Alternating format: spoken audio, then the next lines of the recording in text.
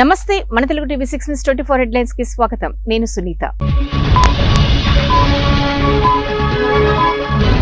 త్వరలోనే కశ్మీర్లో శాశ్వత శాంతి, కేంద్ర హోంమంత్రి అమిత్ షా. భయంతోనే ప్రతిపక్ష హోదా ఇవ్వలేదు ఎంపీ అవినాష్ రెడ్డి. ఎస్సీలకు 18% రిజర్వేషన్లు ఇవ్వాలి, రాష్ట్ర మాల సంఘం జేఏసీ డిమాండ్. అధికారం కూటమిది, పాలన జగన్ది, ఆంధ్రప్రదేశ్లో విచిత్ర పరిస్థితి జీవీ రెడ్డి. టైం డేట్ రాసుకోండి, ఎవ్వరిని వదిలేది లేదు, మంత్రి లోకేష్ ఫైర్.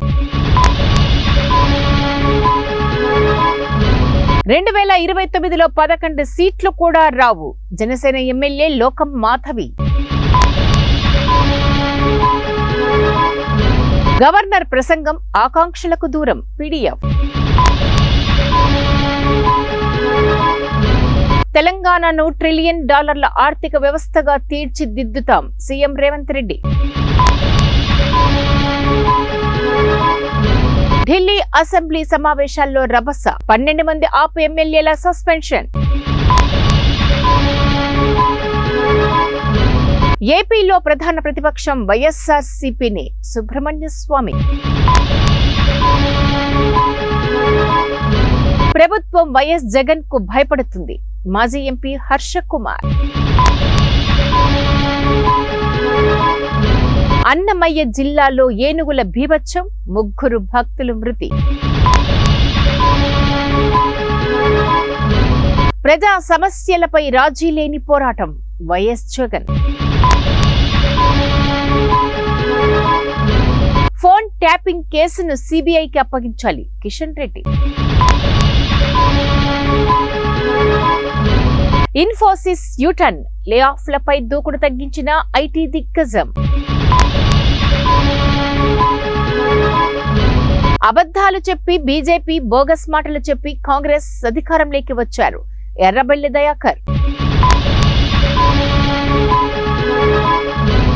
సర్కారు వైఫల్యంతోనే ఎస్ఎల్బీసీ ప్రమాదం హరీష్ రావు. అదానీ కోసమే మోదీ అమెరికా పర్యటన, సిపిఐ జాతీయ కార్యదర్శి కె నారాయణ. వర్గీకరణలో శాస్త్రీయత లేదు, ఎంఆర్పీఎస్ సంఘాల సభలో మందకృష్ణ మాదిగ.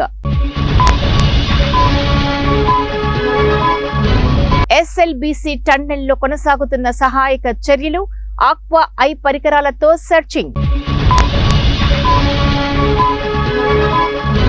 త్రిభాషా సూత్రం తప్పు, బీజేపీకి తమిళ నటి రాజీనామా. సిబిఎస్ఈ స్కూళ్లు ఎందుకు నడుపుతున్నారు, సీఎం స్టాలిన్ ను ప్రశ్నించిన తమిళ సై. తమిళనాడులో ముదిరిన భాషా వివాదం, రైల్వే స్టేషన్లో హిందీ పేర్లకు నల్ల రంగు.